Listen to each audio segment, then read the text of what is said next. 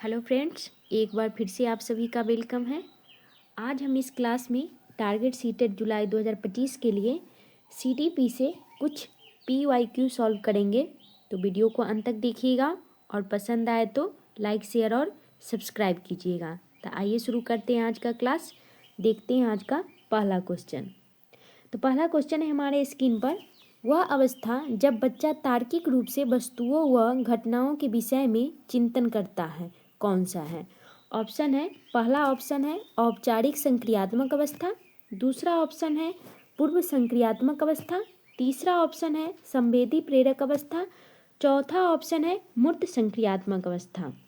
Question एक बार फिर से पढ़ते हैं। वह अवस्था जब बच्चा तार्किक रूप से वस्तुओं व घटनाओं के विषय में चिंतन करता है, कौन सा है? तो इसका राइट आंसर हो जाएगा मूर्त संक्रियात्मक अवस्था। D will be right answer. एक बार हम इसका आंसर मिला लेते हैं। D will be right answer. अब हम नेक्स्ट क्वेश्चन देखते हैं। नेक्स्ट क्वेश्चन है हमारे स्क्रीन पर, मन का मानचित्र संबंधित है। ऑप्शन है पहला साहसिक कार्यों की क्रिया योजना से, दूसरा है बोध बढ़ाने की तकनीक से, तीसरा ऑप्शन है मन की क्रियाशीलता पर अनुसंधान से, चौथा ऑप्शन है मन का चित्र बनाने से। मन का मानचित्र संबंधित है मन की क्रियाशीलता पर अनुसंधान से। तो इसका राइट आंसर होगा सी विल बी राइट आंसर। एक बार हम आंसर मिला लेते हैं। क्वेश्चन नंबर 2 का है सी विल बी राइट आंसर। अब हम क्वेश्चन नंबर तीसरा देखते हैं। तीसरा क्वेश्चन है हमारे स्क्रीन पर, विशेष रूप से प्राथमिक स्तर पर विद्यार्थियों की सीखने संबंधी समस्याओं को संबोधित करने का बेहतर तरीका है। पहला ऑप्शन है महंगी और चमकदार सहायक सामग्री का प्रयोग करना, दूसरा ऑप्शन है सरल और रोचक पाठ्य पुस्तक का प्रयोग करना, तीसरा ऑप्शन है कहानी कथन पद्धति का प्रयोग करना, चौथा ऑप्शन है अक्षमता के अनुरूप विभिन्न शिक्षण पद्धतियों का प्रयोग करना। एक बार हम क्वेश्चन फिर से पढ़ते हैं। विशेष रूप से प्राथमिक स्तर पर विद्यार्थियों की सीखने संबंधी समस्याओं को संबोधित करने का बेहतर तरीका। तो इसका राइट आंसर हो जाएगा D will be right answer. अक्षमता के अनुरूप विभिन्न शिक्षण पद्धतियों का प्रयोग करना। एक बार हम इसका आंसर मिला लेते हैं। इसका राइट आंसर है D will be right answer. हम नेक्स्ट क्वेश्चन देखते हैं। क्वेश्चन नंबर 4 है हमारे स्क्रीन पर, निम्न में से कौन सा बच्चे की सामाजिक मनोवैज्ञानिक आवश्यकताओं के साथ संबंध नहीं है? यहाँ पे नहीं है तो निगेटिव देखना है हमें। तो पहला ऑप्शन है संवेगात्मक सुरक्षा की आवश्यकता, दूसरा ऑप्शन है शरीर से अवशिष्ट पदार्थों का नियमित रूप से बाहर निकलना, ऑप्शन सी है सानिध्य की आवश्यकता, ऑप्शन डी है सामाजिक अनुमोदन अथवा सराहना की आवश्यकता। क्वेश्चन है निम्न में से कौन सी बच्चे की सामाजिक मनोवैज्ञानिक आवश्यकताओं के साथ संबंध नहीं रखता है? यहाँ पे बच्चों के सामाजिक मनोवैज्ञानिक आवश्यकताओं के साथ संबंध नहीं है। तो इसका राइट आंसर हो जाएगा बी, शरीर से अपशिष्ट पदार्थों का नियमित रूप से बाहर निकलना। संवेगात्मक सुरक्षा की आवश्यकता ये तो संबंधित रखता है, सानिध्य की आवश्यकता ये भी है, और सामाजिक अनुमोदन अथवा सराहना की आवश्यकता ये भी है। तो यहाँ पे ये सारे पॉजिटिव हैं और ऑप्शन बी निगेटिव है, तो निगेटिव के साथ निगेटिव ही जाएगा। तो इसका राइट आंसर होगा B will be right answer. एक बार हम इसका आंसर मिला लेते हैं। B will be right answer. अब हम नेक्स्ट क्वेश्चन देखते हैं। वह कौन सा कथन है जहाँ बच्चे के संज्ञानात्मक विकास को सबसे बेहतर तरीके से परिभाषित किया जा सकता है? पहला है विद्यालय एवं कक्षा पर्यावरण, दूसरा ऑप्शन है खेल का मैदान, तीसरा ऑप्शन है सभागार, चौथा ऑप्शन है डी घर। वह कौन सा कथन है जहाँ बच्चे के संज्ञानात्मक विकास को सबसे बेहतर तरीके से परिभाषित किया जा सकता है? तो इसका राइट आंसर हो जाएगा विद्यालय एवं कक्षा पर्यावरण। ए विल बी राइट आंसर। इसका हमें एक बार आंसर देख लेते हैं। ए विल बी राइट आंसर। अब हम नेक्स्ट क्वेश्चन देखते हैं। नेक्स्ट क्वेश्चन है हमारे स्क्रीन पर, बच्चे दुनिया के बारे में अपनी समझ का सृजन करते हैं, इसका श्रेय किसको जाता है? पहला है पैवलोव, दूसरा है पियाजे, तीसरा है स्किनर, चौथा है इनमें से कोई नहीं। बच्चे दुनिया के बारे में अपनी समझ का सृजन करते हैं, इसका श्रेय किसको जाता है? तो इसका राइट आंसर हो जाएगा बी जीन पियाजे। B will be right answer. इसका राइट आंसर हो जाएगा पियाजे, जिनका पूरा नाम है जीन पियाजे। एक बार इसका आंसर मिला लेते हैं, B will be right answer. अब हम नेक्स्ट क्वेश्चन देखते हैं। नेक्स्ट क्वेश्चन है हमारे स्क्रीन पर, शिक्षा के क्षेत्र में पाठ्यचर्या शब्दावली किसकी ओर संकेत करती है?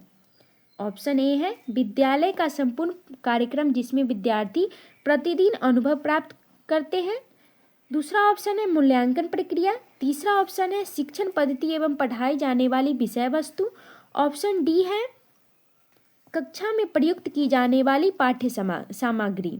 एक बार हम इसका क्वेश्चन एक बार फिर से हम पढ़ते हैं। शिक्षा के क्षेत्र में पाठ्यचर्या शब्दावली किसकी ओर संकेत करती है? तो इसका राइट आंसर हो जाएगा विद्यालय का संपूर्ण कार्यक्रम जिसमें विद्यार्थी प्रतिदिन अनुभव प्राप्त करते हैं। तो ए विल बी राइट आंसर। मूल्यांकन नहीं होगा, शिक्षण पद्धति एवं पढ़ाई जाने वाली विषय वस्तु ये भी नहीं होगा, कक्षा में प्रयुक्त की जाने वाली पाठ्य सामग्री ये भी नहीं होगा। तो इसका राइट आंसर होगा विद्यालय का संपूर्ण कार्यक्रम जिसमें विद्यार्थी प्रतिदिन अनुभव प्राप्त करते हैं। एक बार इसका आंसर हम मिला लेते हैं, ए विल बी राइट आंसर। अब हम नेक्स्ट क्वेश्चन देखते हैं। नेक्स्ट क्वेश्चन है हमारे स्क्रीन पर, निम्न में किसने कहा कि शिशु अपने एवं अपने संसार के बारे में अधिकांश बातें खेल के माध्यम से सीखता है? ऑप्शन ए है क्रो एवं क्रो। ऑप्शन बी है जॉन डीवी। ऑप्शन सी है गेसल। ऑप्शन डी है स्ट्रैंग।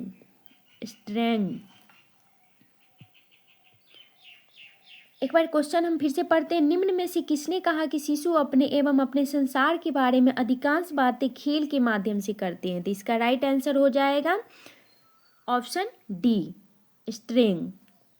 एक बार हम इसका आंसर मिला लेते हैं, D will be right answer. अब हम नेक्स्ट क्वेश्चन देखते हैं। नेक्स्ट क्वेश्चन है, विकास कभी न समाप्त होने वाली प्रक्रिया है, यह विचार किससे संबंधित है? विकास कभी न समाप्त होने वाली प्रक्रिया, यह विचार किससे संबंधित है? तो ऑप्शन ए है निरंतरता का सिद्धांत। ऑप्शन बी है अंतर संबंध का सिद्धांत। ऑप्शन सी है अंतःक्रिया का संबंध। ऑप्शन डी है एकीकरण का सिद्धांत।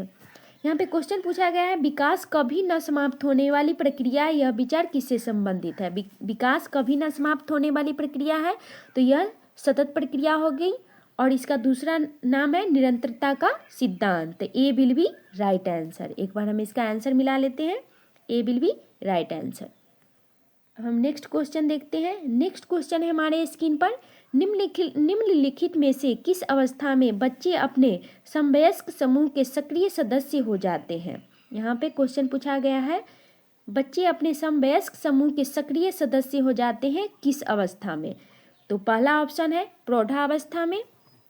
दूसरा ऑप्शन है किशोरावस्था में। तीसरा ऑप्शन है बाल्यावस्था में। चौथा ऑप्शन है पूर्व बाल्यावस्था में। तो इसका राइट आंसर हो जाएगा किशोरावस्था, B will be right answer. किशोरावस्था में बच्चे अपने समूह के सक्रिय हो जाते हैं, समूह के लिए सक्रिय हो जाते हैं। तो इसका आंसर हम मिला लेते हैं, तो B will be right answer. अब हम नेक्स्ट क्वेश्चन देखते हैं। नेक्स्ट क्वेश्चन है हमारे स्क्रीन पर, बच्चों के बौद्धिक विकास की 4 विशिष्ट अवस्थाओं की पहचान की गई है।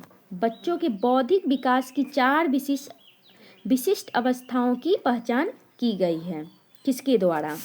एरिक्सन के द्वारा, पियाजे के द्वारा, स्किनर के द्वारा, डी ऑप्शन इनमें से कोई नहीं। तो इसका राइट आंसर हो जाएगा जीन पियाजे द्वारा। 4 स्टेजेस जीन पियाजे ने दिया है। बच्चों के बौद्धिक विकास के 4 अवस्थाएं जीन पियाजे ने दिया है, तो B will be right answer. एक बार इसका आंसर मिला लेते हैं, B will be right answer. अब हम नेक्स्ट क्वेश्चन देखते हैं। नेक्स्ट क्वेश्चन है हमारे स्क्रीन पर, वह स्तर जिसमें बच्चा किसी वस्तु एवं घटना के बारे में तार्किक रूप से सोचना शुरू करता है कहा जाता है? पहला ऑप्शन है संवेदना प्रमोद अवस्था। दूसरा ऑप्शन है मूर्त क्रियात्मक अवस्था। ऑप्शन सी है पूर्व क्रियात्मक अवस्था। ऑप्शन डी है औपचारिक क्रियात्मक अवस्था।